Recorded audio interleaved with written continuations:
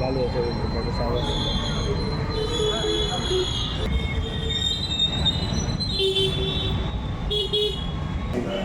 আমরা অন্য জায়গায় করে আমরা সাথে দিতে প্রত্যেকদিনের মধ্যে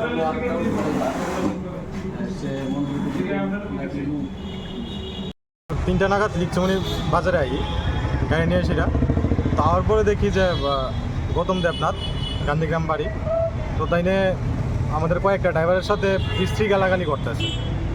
তো গেলাম আমি গিয়ে কইলাম যে কী হয়েছে তো আমারও তাই না শাসাইতেছে তারপরে আমি ফোন করছি আমার কমিটির লোকের কাছে ফোন করে সেটা কইতেছে যে এমন এমন বিশ্রী গালাগালি করতেছে তো এমনই হে গৌতম দেবনাথ আমার সাইডে নিচে নিয়ে সেটা গালের মধ্যে একটা মারছে পিছনে ঘুষি মারছে দিয়ে সেটা পর্দা আমি তো মণ্ডলের লোক তুই যা খুশি তা করিস দিস তুই আমার কিছু কথা রস এটা কইছে তা গাড়ি নিয়ে সেটা